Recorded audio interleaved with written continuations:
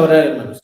Vamos a orar, vamos a pedirle al Señor de su dirección, vamos a pedirle que nos ayude a quitarnos todas las cosas que tenemos en nuestra mente y que nos van a distraer o que nos pueden distraer.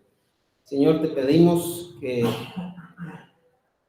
en este tiempo, Señor, que estaremos escuchando tu palabra, nos libre, Señor, de todo pensamiento, de toda cosa que nos distraiga, de toda cosa, Señor, que nos ponga intranquilos, de toda aquella cosa, Señor, que estorbe para que tu palabra llegue a nuestros corazones. Límpianos de nuestra maldad, Señor, perdona nuestros pecados, ayúdanos, Señor, en nuestras debilidades, en nuestras luchas. Guíanos, Señor, para que nuestra atención esté puesta en lo que tú nos vas a mostrar y que sea tu Espíritu, Señor, quien nos hable. Permíteme, Señor, comunicar tu palabra, porque es tu mensaje, y yo solamente, Señor, soy un siervo. Yo solamente, Señor, soy un esclavo. Tu palabra, Señor, es la que da vida. Ayúdame, Señor, para hablar lo que dice tu palabra y hacerlo, Señor, conforme a tu espíritu. No en mis fuerzas ni mis capacidades, sino conforme a tu espíritu. Y a todos, Señor, redargúyenos, repréndenos, exhórtanos y guíanos, Señor, hacia toda verdad, hacia toda justicia. Te lo pedimos todo en Cristo Jesús. Amén. Bien, hermanos, entonces vamos a ver el progreso del avivamiento, ¿sí? Y entonces, así con el ejemplo de la recta numérica, vamos a ver cuál es la primer parada del avivamiento, ¿sí? La primer parada del avivamiento, según las características comunes de los avivamientos, es la humillación delante de Dios. La humillación delante de Dios. Ese es el primer avance. Fíjense, hermano, la humillación. La humillación. No es orar, sí es uno de ellos, pero no es el primer avance. No es orar, no es el arrepentimiento, no es otra cosa, porque si no ocurre la humillación primero, no se puede dar el avivamiento. Y esa palabra humillación ya es algo degradante, ¿no? Ya es algo que no nos deja tranquilos. Porque ¿a quién le gusta que le señalen sus errores? A nadie nos gusta, ¿verdad? A nadie nos gusta. Y sobre todo, ¿verdad? No nos gusta someternos. Si entendemos lo que significa someterse, ¿verdad? Muy fácil de entender cuando hablamos de un animal de granja, ¿verdad? De esos animales de carga. Dice el Salmo 32, no seas como el mulo o el caballo. Y eso significa, ya, ¿verdad? Nuestra mente lo ubicamos, porque animales que no se dejan dirigir, ¿qué se les tiene que hacer? Se les pone un freno. ¿Y qué es la función del freno? ¿Cuál es la función del freno?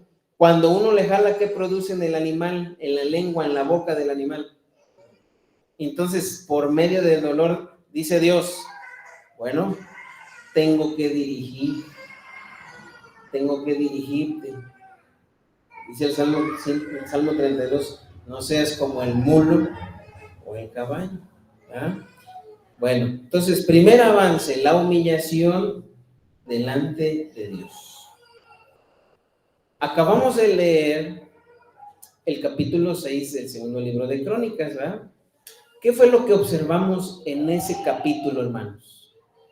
A ver, si alguien puede decirme algo que se pudo observar con toda claridad y que fue repetitivo en ese capítulo. La humillación, ¿dónde? Oración, muy bien. Pero acuérdense, tengamos en mente, arrepentimiento antes de arrepentimiento No está así tan explícito. Todo eso que ustedes dijeron son las siguientes paradas del avivamiento. Y están bien. Pero tiene que ocurrir algo. Ese, exactamente. Se dieron cuenta de la condición. Se dieron cuenta quién es Dios y quiénes eran ellos. En este caso, a nosotros, para poder experimentar un avivamiento es quién es Dios, quiénes somos y sobre todo, ¿qué estamos haciendo nosotros? Si recuerdan que Salomón oraba más o menos así como Abraham orando por Lot, ¿se acuerdan? Que Abraham oraba por Lot, Señor, y si hubiere 50 justos en Sodoma y Gomorra, ¿tendrías misericordia de ellos? Y si hubiere 20, y si hubiere 10, y si ¿cuántos había? Y la Biblia le llama en las cartas de Pedro a Lot, aunque haya hecho lo que haya hecho y no se justifica, ¿verdad? Pero Dios vio que había temor en Lot hacia él. Y por eso ahí en Pedro dice, el justo Lot. Imagínense, ¿no? Bueno, eso es gracia del Señor, ¿verdad? Bueno, entonces, Salomón en su oración de dedicación al templo que construyó para Dios, según el capítulo 6 de segundo libro de Crónicas, oró, ¿verdad? Y si el pueblo se alejare, y si el pueblo pecare, y si el pueblo hiciere, y si el pueblo se fuere, y si el pueblo, ¿cuántas veces? No me acuerdo, pero todo el capítulo así lo dijo. Pero después dice, pero si oraren, y antes de orar tiene que haber un reconocimiento de la condición. Eso es, ¿verdad? La humillación. Bueno, ahora, ¿por qué decimos eso? ¿Y por qué podemos sustentar que el avivamiento comienza con la humillación? Porque Dios fue el que confirmó ese sentir, aunque fueron palabras de Salomón, Dios confirmó ese sentir. O sea, no fue porque lo dijo Salomón, Dios lo confirmó. Y aquí está, segundo libro de Crónicas 7:14, dice, y apareció Jehová a Salomón de noche y le dijo, yo he oído tu oración y he elegido para mí este lugar por casa de sacrificio. Jehová está dando su visto bueno, ¿sí? Ya dio el visto bueno de la casa que le construyó Salomón. Y ahora, observemos cuánto le dedicó de ese versículo Dios a la casa. 2 líneas. ¿Sí vemos? 2 líneas. ¿Y qué es lo más importante? El corazón. ¿Sí? Si yo cerrare los cielos para que no haya lluvia, y mandare a la langosta que consuma la tierra, o si enviare pestilencia en mi pueblo, y eso porque iba a ocurrir como consecuencia de la desobediencia de Israel, ¿no? Por infringir, por quebrantar la ley, por eso iban a venir esas cosas. Y cuando el pueblo se diera cuenta que estaba, o que obró más bien, en contra de Dios, desobedeciéndole, tendría que ocurrir lo siguiente: si se humillare mi pueblo, si se diera cuenta de su pecado, si viera la gravedad de sus hechos, si se humillare mi pueblo sobre el cual mi nombre es invocado, sí vemos que está primero la humillación y luego la oración.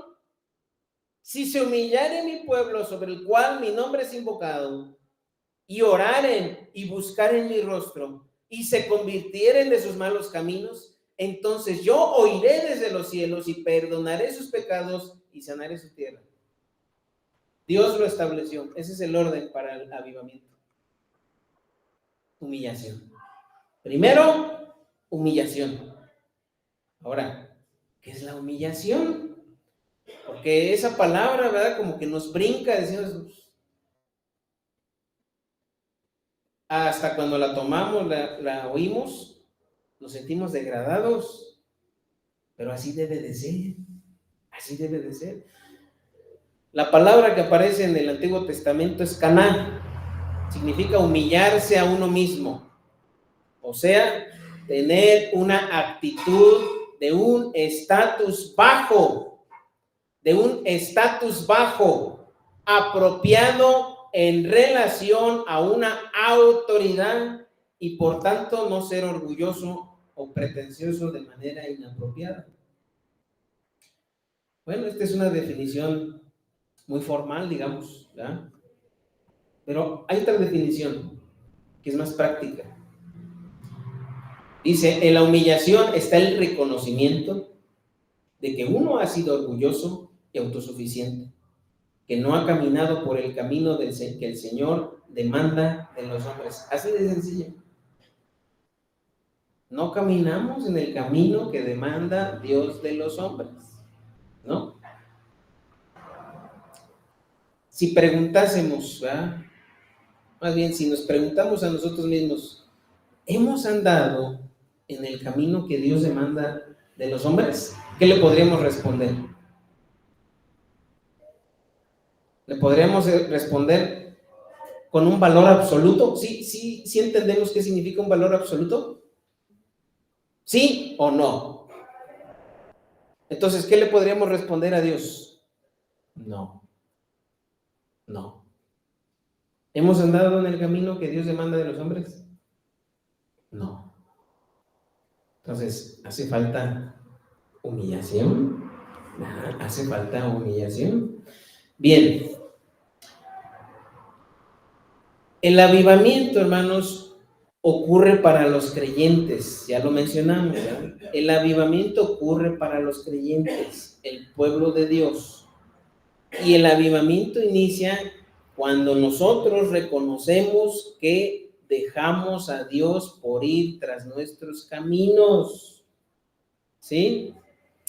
Vamos a plantearlo lo más sencillo y entendible que se pueda.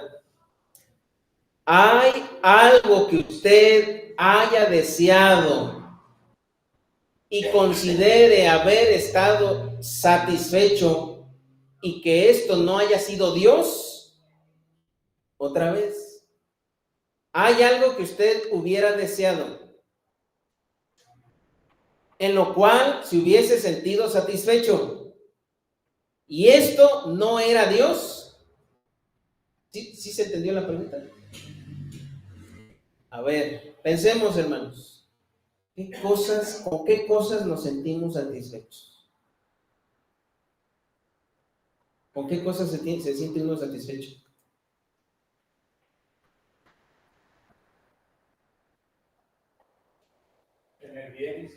Tener bienes, bien. Estabilidad económica. Algo, ¿verdad? Como dijo el hermano Bernal, en referencia a nuestro cuerpo. Salud. ¿Qué más? Una posición económica, un estatus. Una carrera. Muy bien. Digamos, un estatus delante de las personas. Sí, muy bien. Una familia, muy bien, íntegra. O sea, que todo esté bien y en armonía en la familia. Eso no es malo, hermanos. Pero cuando lo tenemos y nos sentimos satisfechos con eso y no en Dios, también puede pasar. Fíjese. Recuerdo ahora, ¿verdad? Que Dios le dijo a Abraham. Abraham tenía una familia inicialmente de 2, él y Sara. Pero Dios lo bendijo y le dijo, haré de ti una gran... Y cuando hablamos de nación, ¿de qué estamos hablando?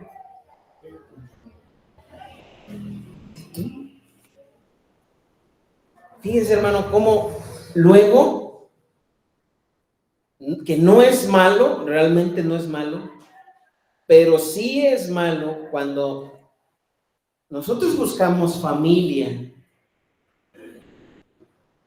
para satisfacernos y buscar, ¿verdad?, ahí nuestro gozo, excluyendo a Dios. No es correcto. Porque ¿quién fue la fuente, verdad? Para empezar, ¿quién nos dio a nuestra esposa? ¿Quién nos dio a nuestros hijos? ¿Ya? ¿Quién nos puso dentro de una familia? ¿Y por qué nos gozamos más con la bendición que con el que da la bendición? ¿Por qué honramos más la bendición que lo que honramos al dador de la bendición? ¿Sí me explico? Entonces hay muchas cosas que, aunque no sean malas en sí mismas, nos hacen estar satisfechos más en ellas que en Dios, ¿no? Entonces, cuando eso sucede, hermanos, hay autosuficiencia. Hay autosuficiencia. Hay orgullo, ¿no? Bueno, dice Miqueas capítulo 6, versículo 8. Oh hombre, él te ha declarado lo que es bueno y qué pide Jehová de ti. Solamente hacer justicia y amar misericordia y qué. Y humillarte ante tu Dios. Entonces, hermanos, el avivamiento comienza cuando hay una disposición de humillarse delante de Dios. Aquí es muy importante, hermanos, que nosotros seamos conscientes de nuestro pecado, de aquellas cosas que nos han hecho autosuficientes, orgullosos. ¿Por qué? Porque esto va a ser el primer obstáculo de la primera parada, del primer avance para el avivamiento. Ahí está, ahí es donde comenzamos. Ahora, el avivamiento comienza con una disposición para humillarse delante de Dios, y esa viene como producto de una comunión de pacto con Él. ¿Qué quiere decir una relación de pacto? Bueno, Dios es el más interesado en que nosotros tengamos un avivamiento. Si nosotros, ¿verdad?, pudiéramos hacer algo para ser avivados, hermanos, posiblemente en algún intento que tuviésemos, ya hubiéramos experimentado ese avivamiento. Pero no es así. Es Dios.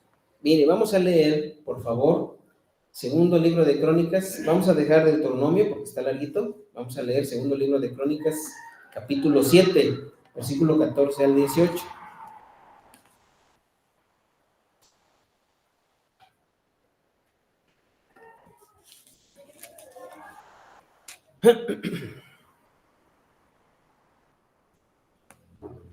¿Estamos ahí, hermanos? ¿Sí? 14 y 18. Vamos a leerlo, sígame con su vista, y dice así: si se humillare mi pueblo, sobre el cual mi nombre es invocado, y oraren y buscaren mi rostro, y se convirtieren de sus malos caminos, entonces yo oiré desde los cielos y perdonaré sus pecados y sanaré su tierra. Ahora estarán abiertos mis ojos y atentos mis oídos a la oración en este lugar. Observemos más detenidamente lo que está después, a partir del versículo 16. Porque ahora he elegido y santificado esta casa para que esté en ella mi nombre para siempre, y mis ojos y mi corazón estarán ahí para siempre. Y si tú anduvieres delante de mí como anduvo David tu padre, e hicieres todas las cosas que yo te he mandado, y guardares mis estatutos y mis decretos, yo confirmaré el trono de tu reino. Ayúdame a leer lo que sigue.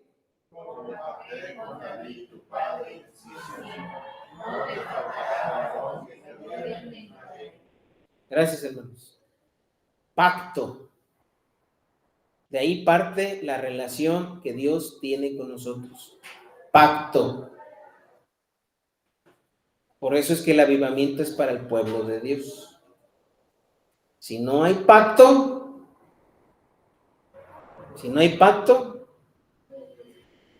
Dios no puede obrar en su pueblo. Tiene que haber pacto. ¿Hubo pacto con Israel? Sí. ¿Hubo pacto en esta época de Dios con nosotros? Sí. Jeremías capítulo 31, ¿verdad? Y pondré en ellos un corazón de carne y pondré mis leyes y mis estatutos en su corazón. Y hermano, cuando estamos alejados de Dios, cuando hemos ido en pos de nuestros pecados, cuando hemos tocado fondo, entonces Dios, su palabra y su espíritu, ¿verdad? Así como cuando un coche no quiere prender y que hay formas, ¿verdad? Se le pone algo que se le llama arrancador, algo especial, no gasolina con la que funciona normalmente, sino un obrar especial para que ese coche vuelva a encender, ¿no? Y entonces, otra vez, haya fuego en el motor de ese vehículo. Y así Dios, con la palabra que fue implantada una vez, esa palabra obra. Y ahorita vamos a ver un ejemplo, ¿verdad? Muy ilustrativo, muy ad hoc. Pero esa palabra en el corazón de creyente obra. ¿Por qué? Porque hubo un pacto de Dios. Hubo un pacto. En la época de Israel, el pacto era bilateral, ¿verdad? Bilateral significa dos partes. Pero en esta época, el pacto es unilateral. Porque lo único que nosotros aportamos a la salvación, ¿qué es? El pecado es lo único. Y entonces, ¿quién hace todo? Dios. Vamos a leer, ya leímos, ¿verdad? Ahora vamos a confirmar esto que les dije con lo que dice el Nuevo Testamento. ¿Sí? Santiago capítulo 4. Santiago capítulo 4.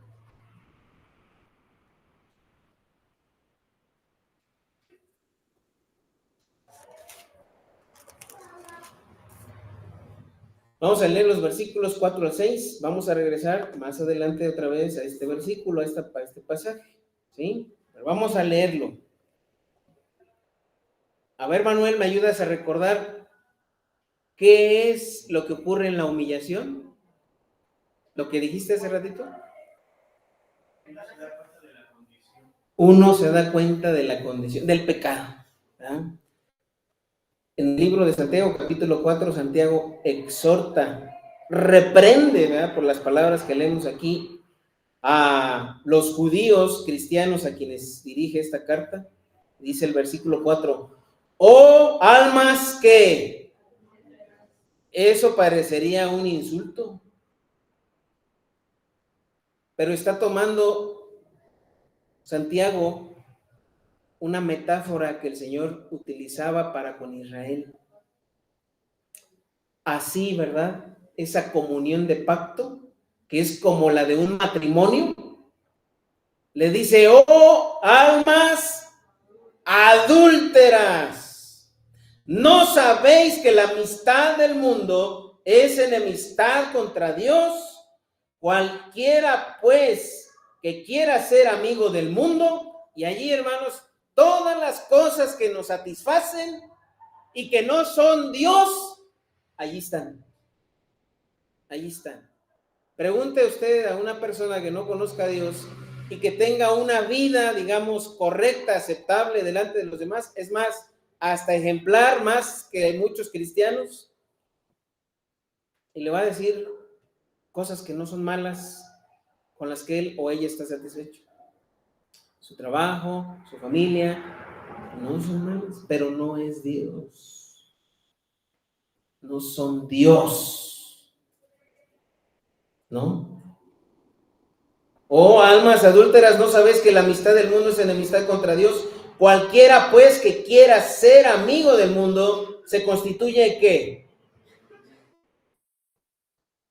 O pensáis, y aquí está la parte, ¿verdad?, a la que les comentaba. O pensáis que la Escritura dice en vano, el Espíritu que Él ha hecho morar en nosotros, ¿nos qué? Eso es lo que Dios desea de el pueblo suyo. Él nos anhela. Él nos anhela. Y luego vemos cómo está asociado esto con la humillación. Pero Él da mayor gracia, dice el versículo 6. Por esto dice, Dios que resiste a los soberbios y da gracia a los... Ahí está la relación. ¿No? No puede haber avivamiento si no hay humillación. Ahora, vamos a pasar al desarrollo. Vamos a ver tres partes. ¿Qué es lo que produce en nosotros la humillación para que podamos continuar el avance hacia el avivamiento? ¿Sí? Bueno, ahorita, hermanos, quedémonos con la parte de que tenemos que reconocer nuestra condición.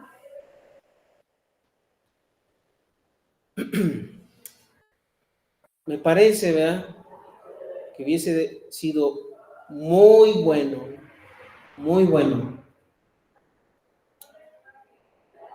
que en la reunión de pastores que tuvimos, yo entiendo, ¿verdad?, que hay que ser cuidadosos con las cosas personales, porque si en una iglesia pequeña, cuando se disipan, ¿verdad?, esas cosas que son muy confidenciales, pues se pueden, ¿verdad?, dar chismes, malentendidos, porque como dice el proverbio, ¿verdad?, que cuando se divulga el secreto, apartamos a los amigos, ¿verdad? Hay cosas que no se deben de contar a cualquier persona, ¿no? A cualquier persona. Pero cuando es necesario hablar, lo tenemos que hacer, ¿verdad?, para confesar nuestros pecados.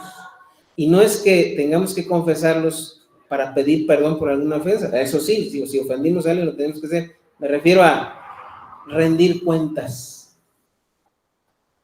No sé si me explico.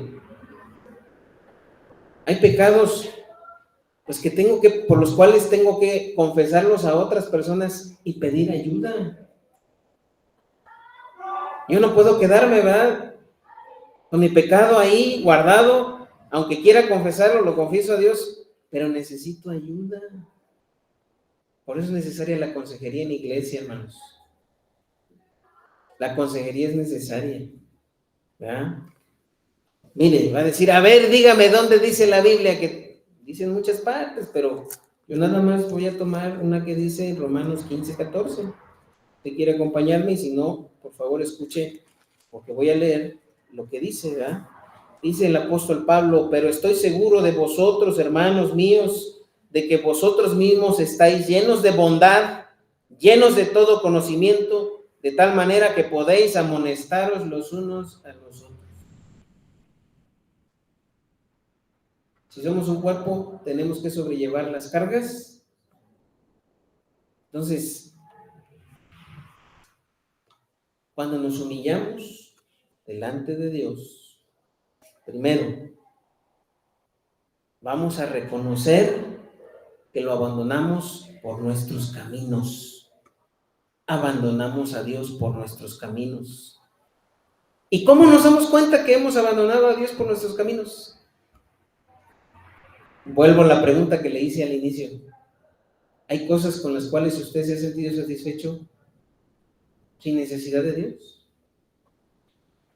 Así de sencillo. Así de sencillo. Y no necesitamos decirlo, porque a lo mejor usted nunca ha dicho, y con esa idea nos quedamos, ¿verdad? Es que yo nunca he dicho que me siento satisfecho sin Dios. ¿Cómo voy a decir? No necesita uno decirlo. Nomás hacerlo. ¿Verdad? Nomás hacerlo. Con eso es suficiente, ¿verdad? Entonces, la autosuficiencia, hermanos, fíjense cómo el apóstol Pablo, ¿verdad?, utilizó esa metáfora, que en Cristo debemos llevar todo pensamiento cautivo que se levanta. Es como una pared, ¿verdad? Se va edificando.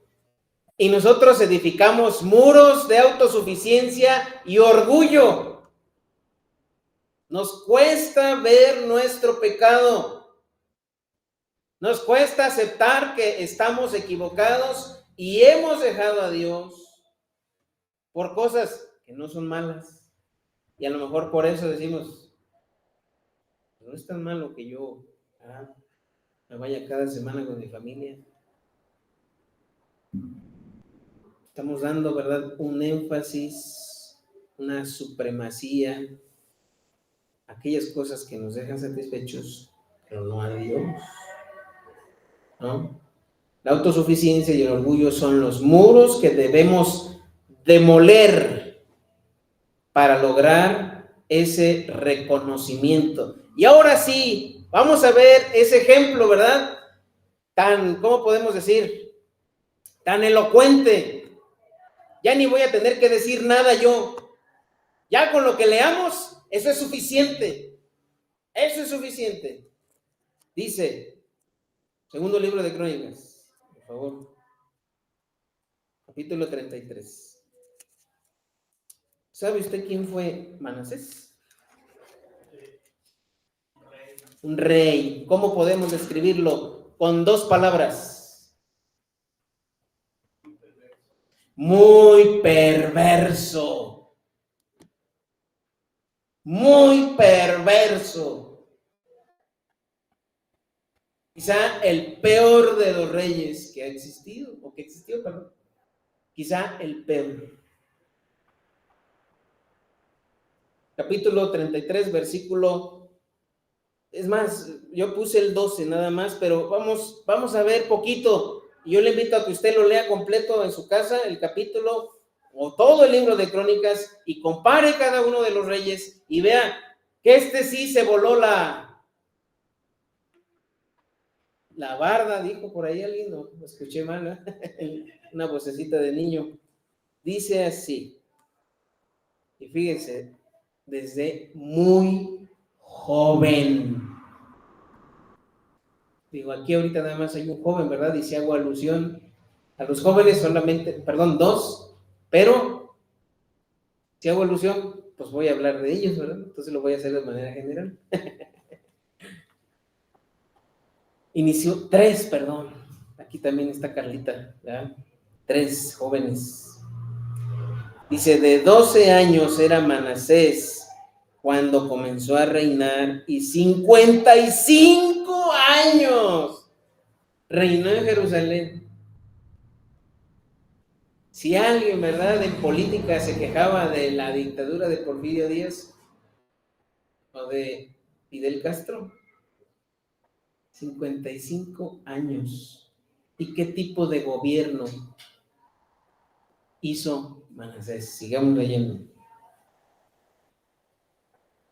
Pero hizo lo malo ante los ojos de Jehová, conforme a las abominaciones de las naciones que Jehová había echado delante de los hijos de Israel. Porque él reedificó los lugares altos que Ezequías su padre había derribado y levantó altares a los Baales e hizo imágenes de acera y adoró a todo el ejército de los cielos y les rindió culto. Edificó también altares a la casa de Jehová, de la cual había dicho Jehová, en Jerusalén estará mi nombre perpetuamente, o sea, fuera de ella. Edificó asimismo altares a todo el ejército de los cielos en los dos atrios. ¿Dónde? Cuando hay cualquier otra cosa en el lugar en donde Dios debe de estar siendo adorado. Eso es algo que Dios desprecia. Cualquier cosa Yo puedo decir, no, pero yo no pongo ídolos. No. Cualquier cosa que le robe la honra a Dios. Dice el versículo 6. Y pasó sus hijos por fuego en el valle del hijo del Hinnom, y observaba los tiempos y miraba en agüeros, era dado adivinaciones y consultaba divinos y encantadores. Se excedió en hacer lo malo ante los ojos de Jehová, hasta encender su ira. Este rey sí no tuvo, ¿verdad? Ni siquiera afecto por su familia, pues estuvo dispuesto a ver morir a sus hijos, siendo ofrecidos al fuego por él. Este rey superó a los narcotraficantes. Sí lo vemos. Digo, Román decía, es algo, lo superó. Superó a los cárteles. Porque hasta ellos tienen respeto por sus familias. Y él no. 7. Además de esto, puso una imagen fundida que hizo, ¿en dónde?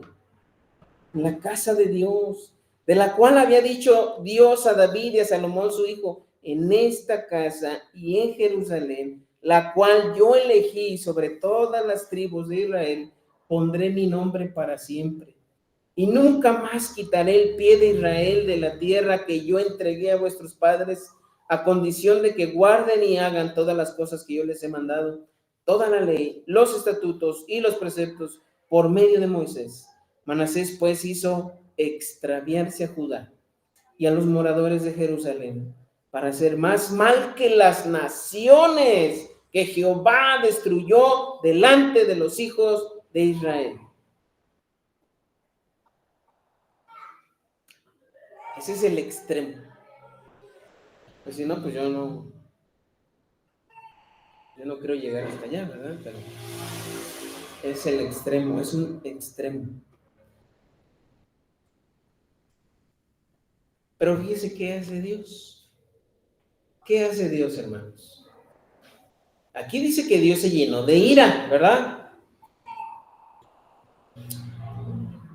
Pero como dice, ¿verdad? La súplica del Salmo, en la ira, acuérdate de la misericordia. Y uno podría leer y ver, ¿verdad? Con lógica lo que podría haber continuado, que Dios llevara la muerte a Manasés, porque se lo había ganado, ¿verdad? A pulso. Versículo 10. ¿Qué dice, hermanos, el versículo 10? A ver, hermanos, a las 3 vamos a leerlo todos. Aquí está la importancia de tener una relación de comunión, de pacto con Dios. Porque es la palabra de Dios implantada en nuestro corazón lo que nos va a hacer otra vez tener vigor y vida. ¿Se acuerdan del valle de los huesos secos? Habla y diles, huesos secos, dijo el profeta Ezequiel. ¿Manasés no era un hueso secos? ¿Qué dice el 10? Ahora sí, a las 3, 1, 2, 3. Y habló Jehová a Manasés y a su pueblo.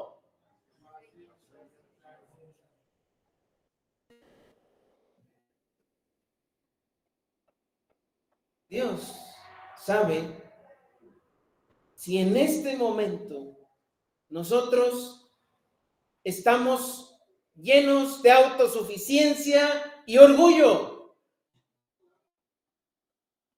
Y podría decirnos Dios, y más que decirnos, actuar y decir, ¿verdad? Lo reprendo, lo castigo, lo llevo, ¿verdad? En tribulación. Pero no. ¿Qué hace Dios con aquellos con quien tiene una relación de pacto. Y habló Jehová a Manasés, pero ellos ¿qué hicieron? ¿Cuántas veces ha hablado Dios a nuestra vida?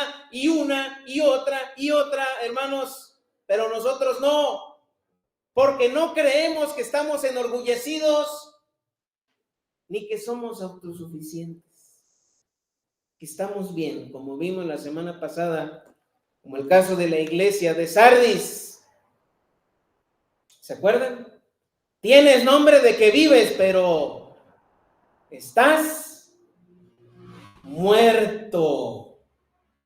¿Qué necesitaba, la iglesia de Sardis? Vida. La iglesia de Sardis, autosuficiente y orgullosa, creía que estaba viva, pero estaba muerta. ¿No? ¿Verdad que el ejemplo es muy claro? De Manasés.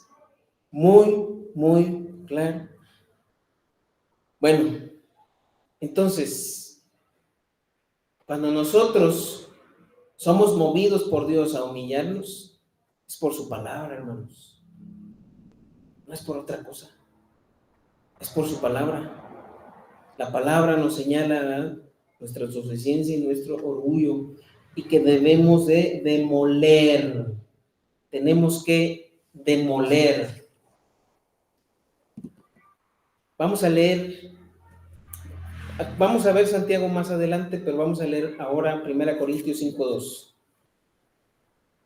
1 Corintios 5:2. Hermano, hermana, Dios ha señalado algún pecado a nuestra vida y nosotros hemos reaccionado con indiferencia. Cuando ha escuchado usted la palabra de Dios señalarle, es que no está bien esto que estás haciendo. Es que tú sabes, ¿verdad? Estás dejando de hacer cosas. Tú sabes que estás obrando mal. Pero actúa uno con indiferencia. Allí hay orgullo, autosuficiencia y jactancia.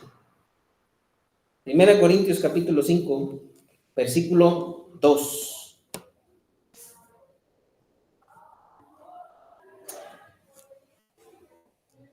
Hace quizá un par de meses acudieron para consejería una pareja de comprometidos. No son de nuestra iglesia, pero nos tuvieron confianza, ¿verdad?, para tratar asuntos de su relación.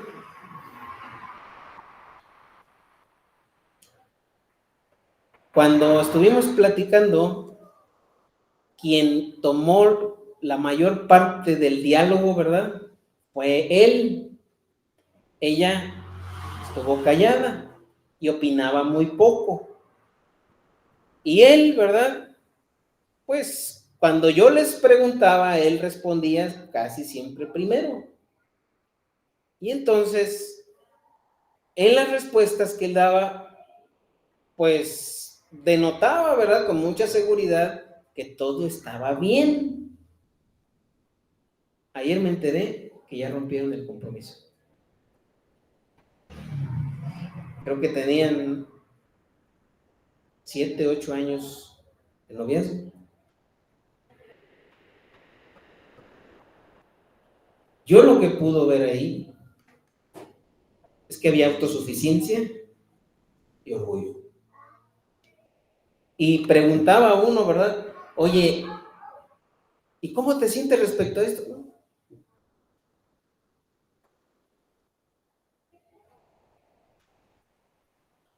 ¿Qué significa esta manita, ¿verdad? Cuando cerramos y hacemos una O con el índice y el dedo gordo. ¿Cómo se le llama al gordo, hermano? ¿Al dedo gordo? Pulgar. ¿Qué iba a decir Casper ya? Así. Ok, exacto. Todo está. A ver, hermano. si nos preguntaran, ¿cómo va todo? ¿Cómo va todo? Ok. ¿De veras? Vamos a leer primero a los Corintios 5, 2 y 6. Para darnos un contexto, vamos a leer 1, 2 y 6, ¿sí? Dice, de cierto se oye que hay entre vosotros fornicación, y tal fornicación cual ni aún se nombra entre los gentiles, tanto que alguno tiene la mujer de su padre. Eso sí es grave. Y vosotros estáis, ¿qué?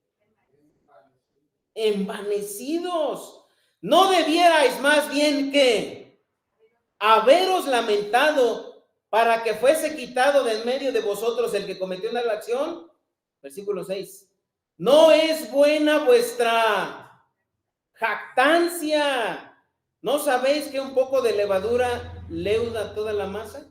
Entonces, hermanos, aquí el ejemplo es otro extremo. Yo no estoy diciendo que usted se encuentre, y no desearía, ¿verdad? Yo desearía más bien que nunca nadie de nosotros llegase a estar en una situación así. Pero cuando estamos mal, porque el pecado es el mismo delante de Dios, ¿cuál debe de ser nuestra respuesta? ¿Jactarnos? ¿Envanecernos?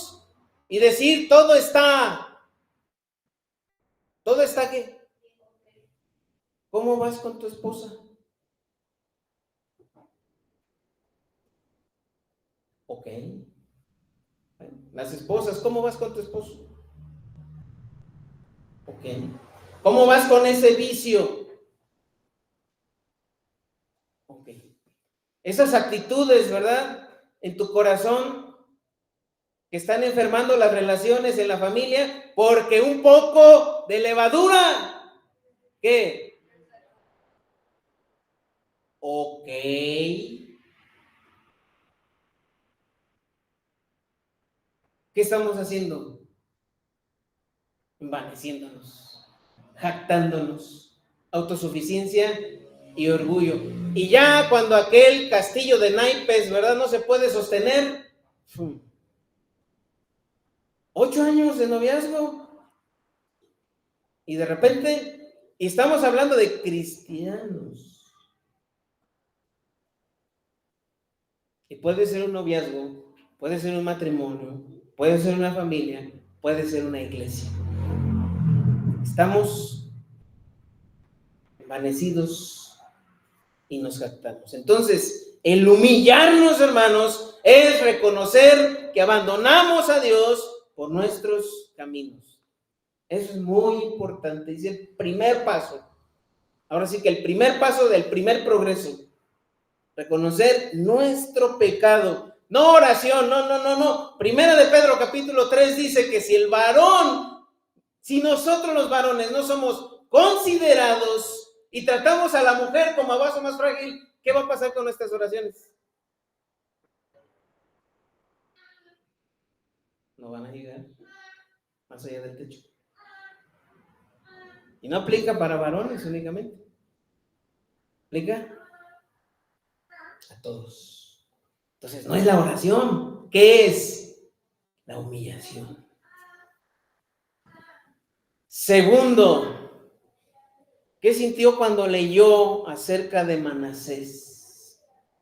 Recordar todas esas cosas y ver lo que hizo con su propia familia, con el pueblo, con Dios, su casa y lo que representaba, ¿verdad?, la casa de Dios para la nación de Israel. ¿Qué sintió? Es una indignación, ¿no? Y de manera opuesta a lo que nosotros podemos sentir, ¿verdad? Cuando vemos una injusticia entre los hombres, decimos que lo castiguen, ¿sí o no? Cuando escuchamos de un violador de menores, cuando escuchamos de un asesino múltiple, cuando escuchamos, ¿verdad?, de personas que ya han ido más allá de lo conocido, decimos, que muera, que lo castiguen, que lo enjuicien, que le den 100 años. Pero ahora vamos a ver, hermanos, que aún en el extremo, cuando Dios tiene una relación de pacto con su pueblo, lo que Él desea es que su pueblo lo admire como Él desea ser conocido. Vamos a leer lo que dice esta diapositiva. Dice así: no importa cuán profundamente haya caído una persona de la gracia de Dios, el camino para volver nunca está cerrado. Dios es en esencia un Dios de misericordia y compasión, aun cuando nuestros caminos hayan sido abominables. ¿Y qué significa abominable? Que produce vómito. Dios siempre está deseoso de restaurar una vez más su relación con sus hijos. Cada vez que nos humillemos, esa es la condición. Cada vez que nos humillemos, Él estará dispuesto a intervenir para restaurar lo que nuestra maldad ha destruido.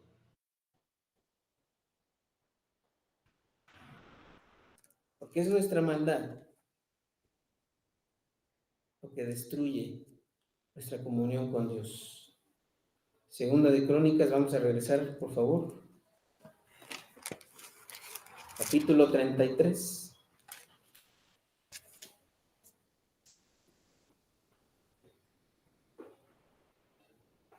Versículo 13.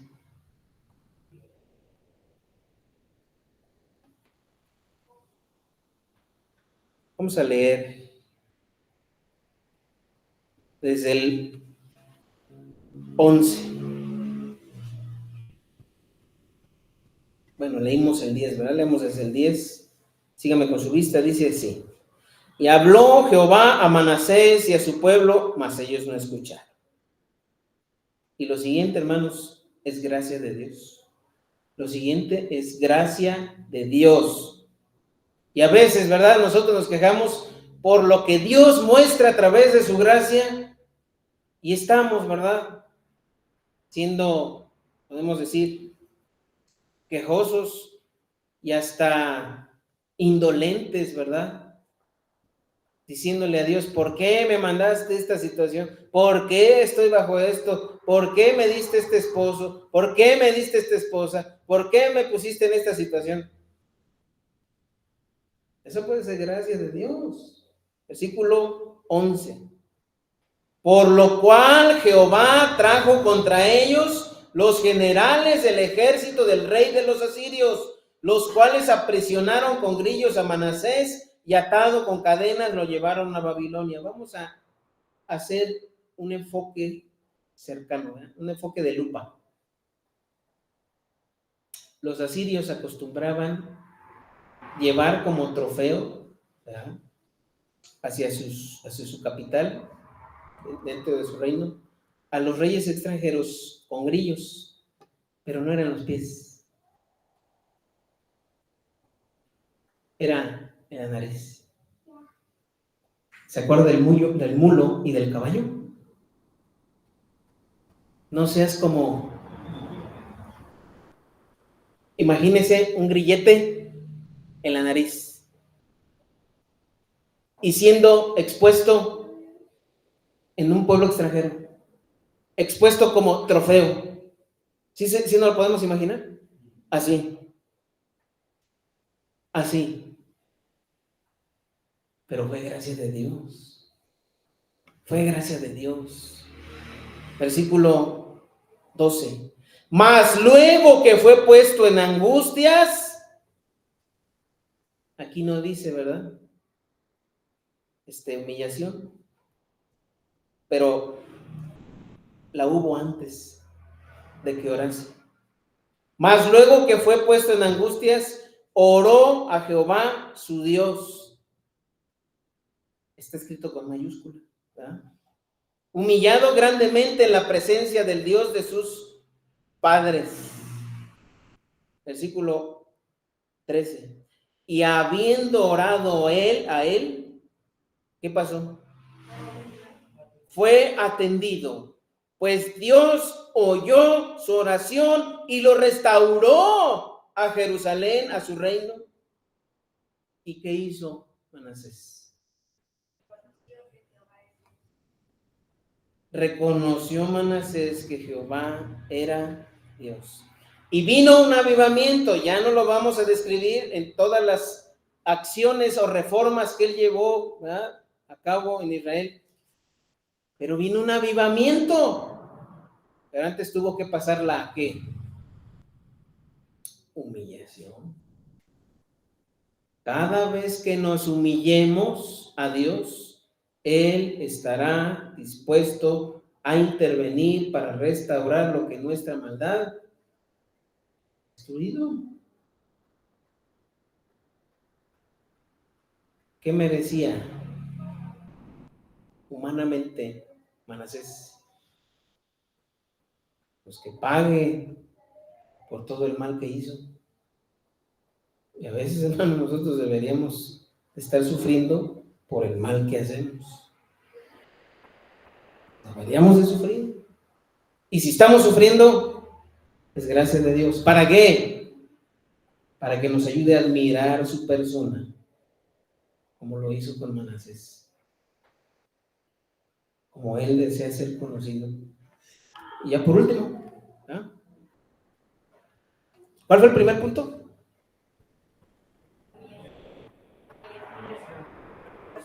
Reconocer nuestra condición. Segundo punto, admirar. A ver, vamos a regresar, ¿verdad? Estamos hablando de humillación.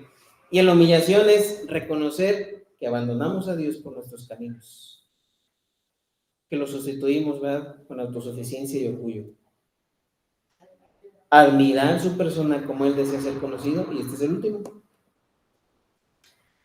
Mantener nuestro corazón en el lugar correcto. La humillación sirve para mantener nuestro corazón en el lugar correcto. La humillación no es una vez, no es algo, ¿verdad?, histórico de lo cual vamos a estar tomando para toda la vida. La humillación es algo que debemos estar haciendo constantemente. A veces, hermanos, Dios nos pone en circunstancias que son consecuencia de nuestros pecados para que nosotros seamos humillados y le reconozcamos. Pero también va a haber circunstancias en las que nosotros no hemos pecado, pero podemos estar en riesgo de alejarnos de Dios, y entonces aún así Dios nos humilla. ¿Para qué? Para que nuestro corazón no se vaya a ir alejado de Dios. ¿Eso también puede pasar? Sí. Humillarnos ante Dios nos permitirá aceptar la voluntad de Dios cuando seamos puestos en situaciones, ya sea para ser restaurados, si lo hemos dejado, pero también para no jactarnos de nosotros mismos y evitar alejarnos. Miren, el apóstol Pablo fue humillado aún cuando no había algo que él hubiera cometido para ofender a Dios. Y eso le sirvió para estar alineadito. ¿Podemos ser humillados por Dios bajo una circunstancia aunque no hayamos pecado? Sí. ¿Por qué? Para tenernos y no nos vayamos. Segundo libro de Corintios, segunda epístola de Corintios, vamos a leer, ¿ya? Capítulo 12. Vamos a leer desde... Mire, llevamos buen tiempo, así que vamos a leer algunos versículos, no todo el capítulo, pero sí algunos versículos. Vamos a leer desde el 1, ¿sí? Yo le voy a ir diciendo los versículos y lo vamos leyendo para que entendamos de qué habla este pasaje. ¿Quién fue el apóstol Pablo? Si lo pudiéramos definir en una frase, ¿quién fue el apóstol Pablo?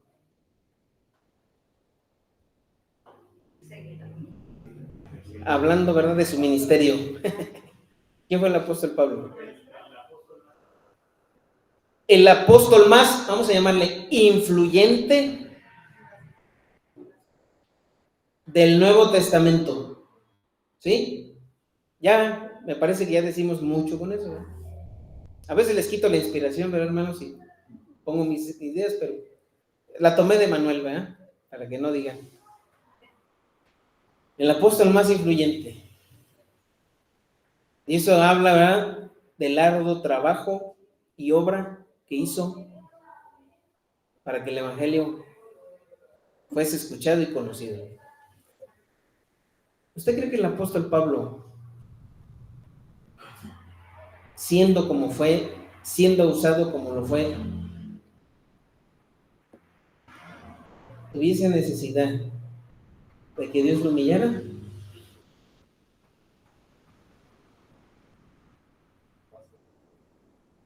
Ese es el capítulo que vamos a leer, la porción que vamos a leer. Ahora sí, vamos a ver.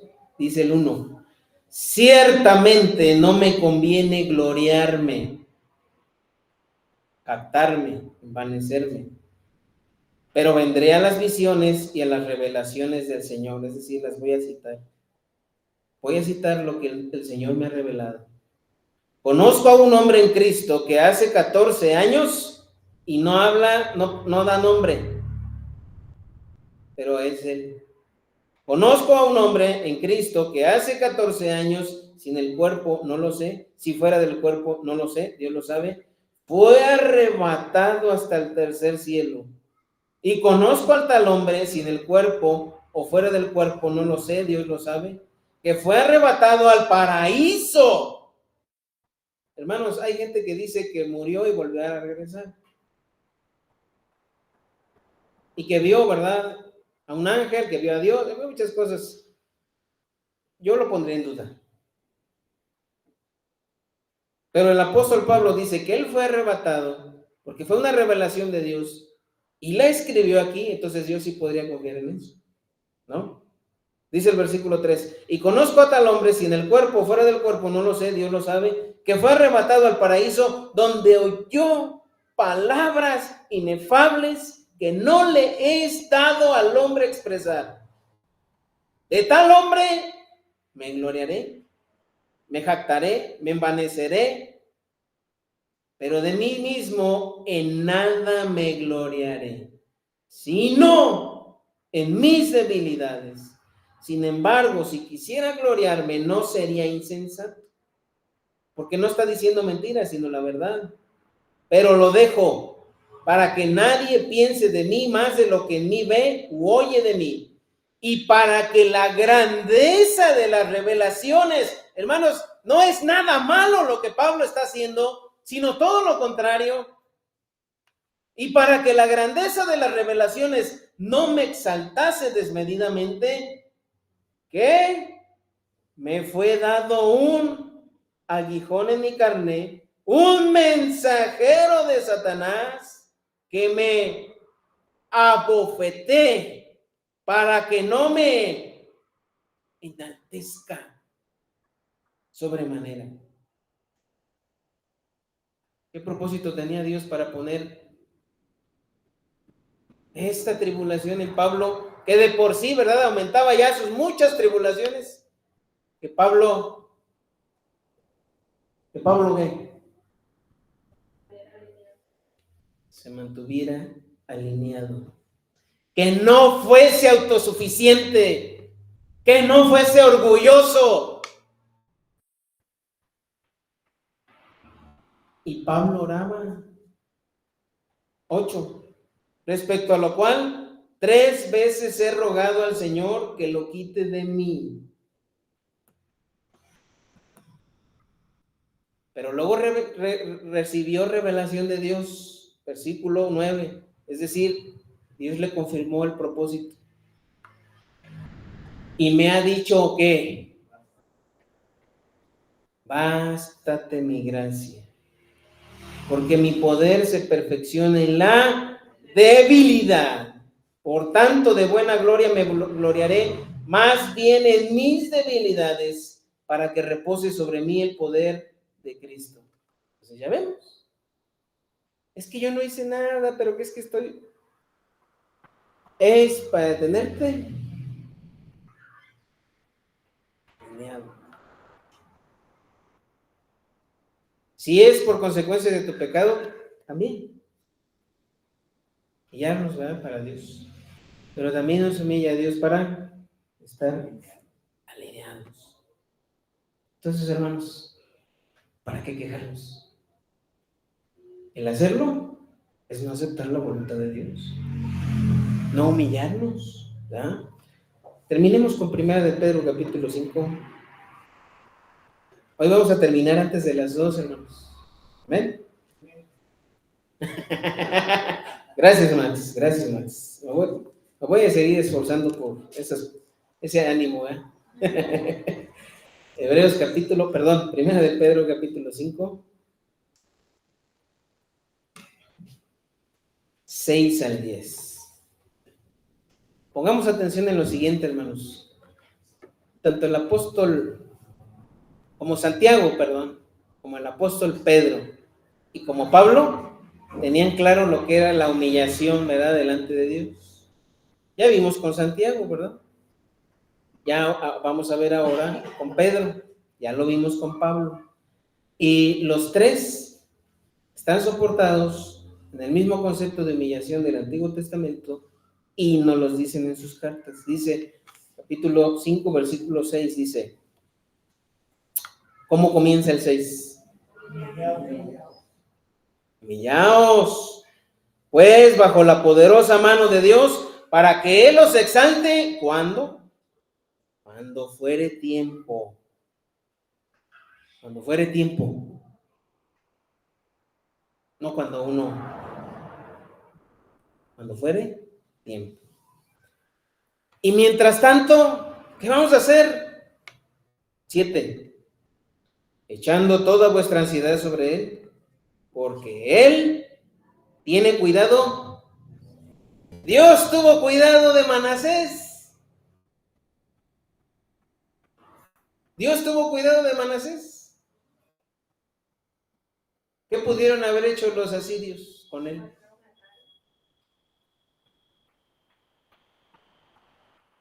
Dios guardó su vida. Imagínese usted y yo, hermano, siendo llevados con un grillete por la nariz. ¿Bajo qué circunstancias allá, verdad? Como prisionero de guerra, ¿cómo tratan a los prisioneros de guerra? ¿Cómo tratarían a un rey de un reino enemigo? ¿Cómo lo tratarían? ¿Dios tuvo cuidado de él? ¿Manasés estaba angustiado? Pero ¿en quién soportó la angustia? Si Dios hizo eso con Manasés, habiendo hecho tantas cosas abominables, digo, no debe ser como consuelo, ¿verdad? ¿No seguirá mostrando Dios su gracia cuando nosotros nos hemos vuelto a nuestros caminos y lo hemos abandonado? Si tenemos una relación de pacto con Dios, si Dios nos ha llamado a ser parte de su pueblo, y como la promesa que se le hizo a Salomón, no faltará rey en el trono de David. Si nosotros hemos aceptado que Cristo vino y se hizo hombre, conforme a la profecía que se habló de él, siendo el Mesías de Dios, si nosotros hemos abrazado la fe, hemos aceptado su evangelio, hemos aceptado su palabra, y tenemos una relación de pacto con él, Dios, por el Espíritu que puso en nosotros, anhela celosamente que nos volvamos a Él. Y nos va a hacer mantener nuestro corazón en el lugar correcto. Y aunque tengamos, ¿verdad?, pruebas y tengamos obstáculos, sigamos leyendo el 8 de 1 Pedro 5, dice, sed sobrios y velad, porque vuestro adversario el diablo, como león rugiente, anda alrededor buscando a quien devorar, al cual resistid firmes en la fe, sabiendo que los mismos padecimientos se van cumpliendo en vuestros hermanos en todo el mundo. Es decir, todos los cristianos experimentamos eso. No somos, como se dice el dicho coloquial, la última coca del... No somos los únicos, ¿no? Cuando dices que nadie me entiende, eso es mentira. Nadie me comprende. Eso no es cierto. Es que no están pasando lo mismo que yo. Aquí dice que todos vamos padeciendo las mismas cosas en todo el mundo. Ahora versículo 10. Mas el Dios de qué? El Dios de qué? Toda gracia, que nos llamó a su gloria eterna en Jesucristo, pacto, después de que hayáis padecido un poco de tiempo, Él mismo os perfeccione, afirme, fortalezca y establezca. Ponernos en el lugar correcto. Pregunta, hermanos, ¿estaremos en el lugar correcto ahora mismo? Ahorita, como decimos los mexicanos. Hay una alumna de la escuela, ¿verdad?, que es venezolana, y ya maneja el ahorita, ¿verdad? Muy bien. Ahorita es que... Y hay muchas acepciones del ahorita, ¿verdad? ¿Cuál es la acepción del ahorita que yo hago alusión? Ahorita a veces es nunca. ¿Estamos de acuerdo? Ahorita. Ese es nunca. Pero cuando decimos ahorita, ahora, nuestro corazón ahora está en el lugar correcto. Bueno, vamos a hacernos las siguientes preguntas y vamos a ubicarnos, ¿verdad?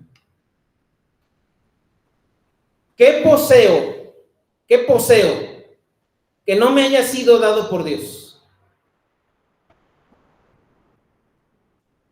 ¿Qué poseo que no me haya sido dado por Dios? ¿Salud? ¿Vida? ¿Bienes? ¿Familia? ¿Éxito? ¿Qué poseo que no me haya sido dado por Dios? En cada cosa que deseo, pienso, ¿Dios lo aprueba? Y ahí pongamos, ¿verdad?, lo que poseemos y lo que queremos hacer con lo que poseemos. Pienso, ¿Dios lo aprueba? Decimos, si el Señor quiere. Nos faltó leer hermanos, que no lo leímos. No es cierto, sí lo leímos, disculpen. Santiago, ¿verdad? O almas, ¿no sabéis que la amistad es... ¿Qué? A ver. ¿A quién estoy abrazando? ¿Eh? ¿Qué tan fuerte estoy abrazado, abrazada al mundo? ¿No? Eso habla de si estoy en el lugar correcto. Dice, y habló Jehová a Manasés y a su pueblo, mas ellos no escucharon. ¿Esto se repite conmigo?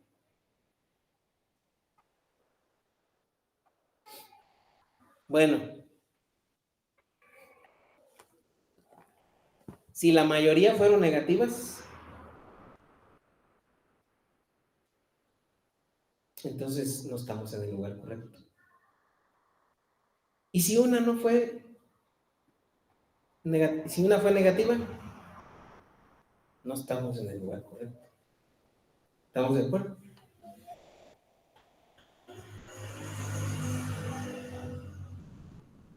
Oh hombre, ¿Qué pide Dios de ti?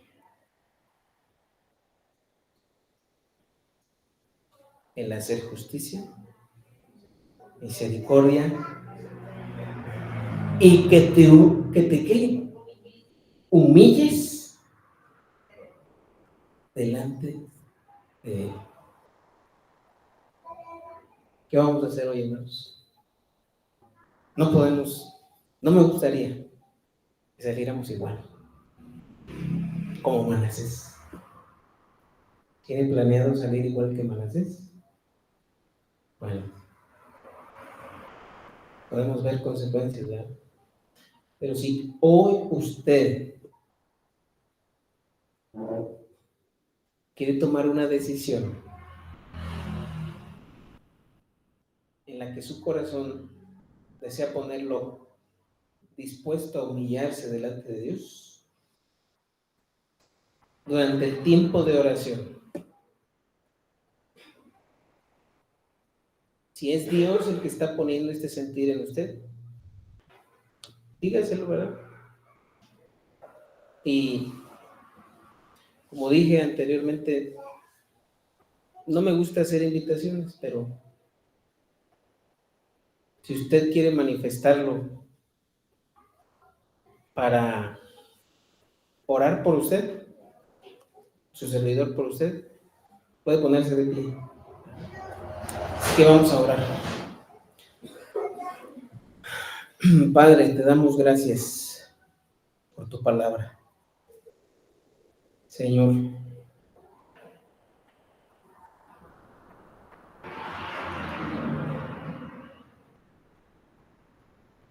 el escuchar tu palabra, Señor, es un acto tuyo de gracia y misericordia que podemos ver. Es un acto de tu gracia, Señor, por nosotros los pecadores. Gracias, Padre, porque pudiendo decidir distintas cosas para nosotros y darnos la justa retribución, no lo haces, sino que eres paciente. Perdónanos, Señor. Perdónanos.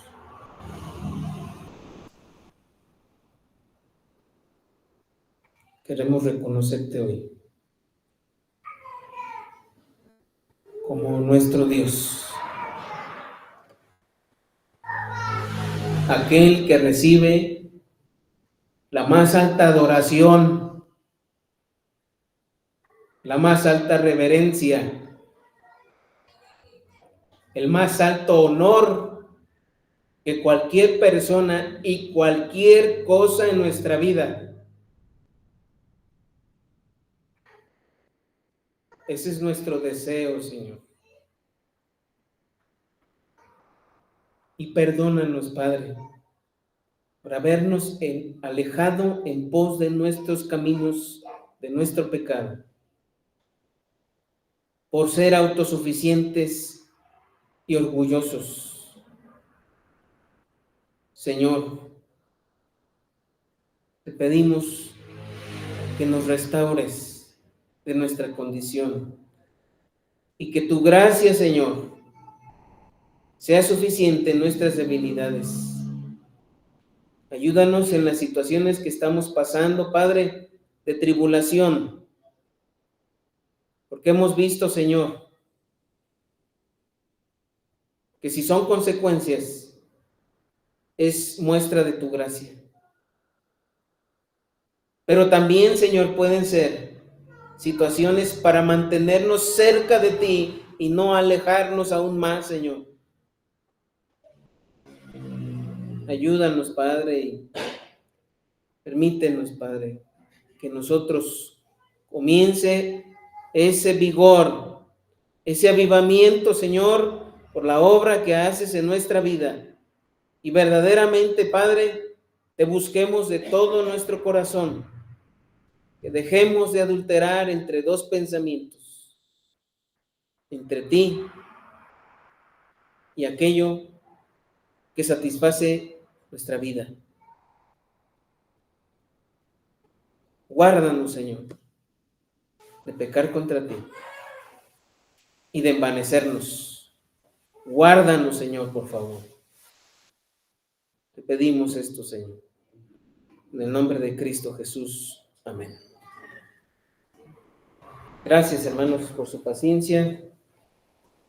Que el Señor nos ayude a todos, que podamos verdaderamente humillarnos delante de Dios, y a nuestros hermanos y amigos que pudieran escuchar esta grabación, que sea de bendición para todos ustedes. Dios les bendiga, hermanos.